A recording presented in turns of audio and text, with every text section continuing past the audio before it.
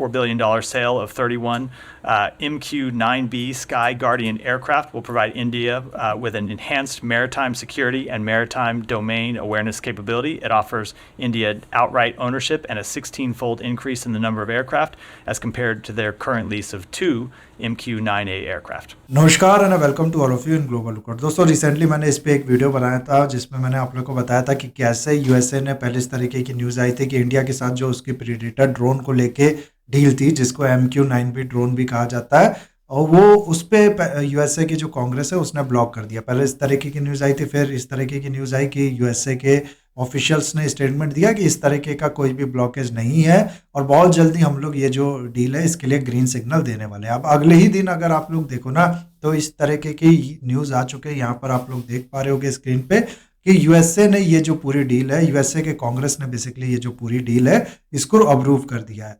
और जैसा कि मैंने आप लोगों को बताया था कि यूएसए की जो गवर्नमेंट है वो कोई बेवकूफ़ गवर्नमेंट नहीं है। वो जानती है कि अगर वो जो ये डील है इसे नहीं करती है, इंडिया के साथ वेपन डील नहीं करती है, इंडिया को वेपन्स नहीं बेचती है, तो कल को और वेपन्स की जो डील है इंडिया के साथ कर पाना वो मुश्किल हो जाएगा उसके लिए। और ऐसे में अगर आप लोग देखो तो नुकसान उसी का है, क्योंकि इंडिया जो है वो काफ़ी ज़्यादा हंगरी कंट्री है वेपन्स को लेके। अभी भी नंबर 1 इम्पोर्टर जो है वो है इंडिया। हालांकि इंडिया का जो एक्सपोर्ट है वो बढ़ रहा है, लेकिन अभी भी अगर आप लोग देखो तो नंबर 1 पे जो इंपोर्ट करती है, यानी कि दुनिया में जितना भी इंपोर्ट होता है वेपन्स का उसमें सबसे ज़्यादा इंपोर्ट जो है वो इंडिया करती है। लेकिन क्योंकि अब ये जो डील है ये फाइनलाइज हो गई है, इसको अप्रूव कर दिया यूएस कांग्रेस की तरफ से, इसीलिए आप लोग कह सकते हो कि बहुत जल्दी 31 रेपर ड्रोन जो MQ-9B ड्रोन है वो इंडिया को मिलने वाले हैं। 15 ये जो ड्रोन है ये दिए जाएंगे इंडिया की नेवी को, बाकी 8 जो ड्रोन है वो इंडिया की एयरफोर्स को, और 8 जो ड्रोन है वो इंडिया की आर्मी को दिया जाएगा। नेवी वाले जो ड्रोन है इनको कहा जाता है सी गार्जियन, और आर्मी और एयरफोर्स वाले को स्काई गार्जियन कहा जाता है। कुछ वेरिएंट है इसमें, कुछ आप लोग कह सकते हो इनकी जो रिक्वायरमेंट है जिस चीज़ के लिए इस्तेमाल किए जाने हैं इनको, उसके लिए कुछ इसमें आप लोग कह सकते हो चेंजेस हैं दोनों ड्रोन में, इसीलिए इसको स्काई गार्जियन कहा जाता है, एक को सी गार्जियन कहा जाता है।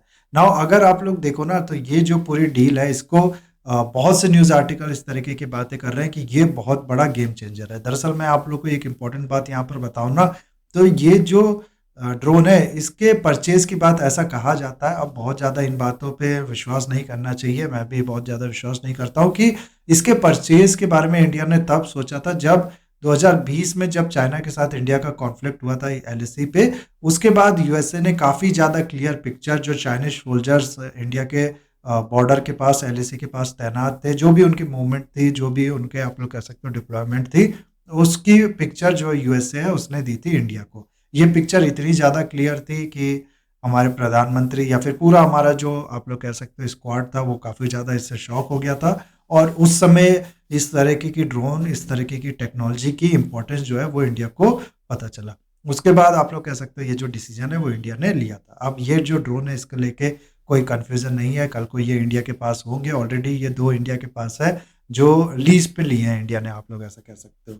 तो कहने का मतलब ये है कि काफ़ी ज़्यादा इंडिया को फ़ायदा मिलने वाला है। काफ़ी अच्छे से इंडिया जो सर्विलेंस है वो कर पाएगा अपने बॉर्डर्स की, अपने कोस्ट की, इन ड्रोन की वजह से। लेकिन क्या इतना इनफ है? मैं आपसे यहाँ पर ये सवाल पूछना चाहूँगा, क्या ये जो 31 ड्रोन यूएसए दे रहा है इसके बाद इंडिया के लिए सारी मुश्किलें जो है वो हल हो चुकी हैं, आप लोग ऐसा कह सकते हो? ऑफकोर्स नहीं, ऐसा हम लोग कह सकते हैं। और सबसे बड़ा इशू यहाँ पर यह है ना कि देखो हमें डिपेंड रहना पड़ रहा है दूसरी कंट्री पे। जैसे कि हम लोग ने देखा कि काफ़ी जो डिफेंस को लेके एक्सपर्ट्स हैं ना, डिफेंस के एक्सपर्ट्स थे काफ़ी, आप लोग कह सकते हो इंडिया के वेपन्स इंडस्ट्री के बारे में जानकारी रखने वाले जो लोग हैं वो काफ़ी ज़्यादा इसको लेके, इस न्यूज़ को लेके पिछले दिनों में 2 दिन की ये न्यूज़ है, पहले कैंसिल हुआ फिर कर दिया, अब अप्रूव कर दिया, 2 दिन में ये पूरी डेवलपमेंट हुई है। इसको लेके काफ़ी ज़्यादा वो आप लोग कह सकते हो अवेयर रहे होंगे, काफ़ी ज़्यादा इस पर नज़र बनाई होगी। और यहाँ से इशू ये निकल के सामने आता है कि इंडिया अभी भी बहुत ज़्यादा डिपेंडेंट है दूसरी कंट्री पे हाईटेक टेक्नोलॉजी वेपन के लिए।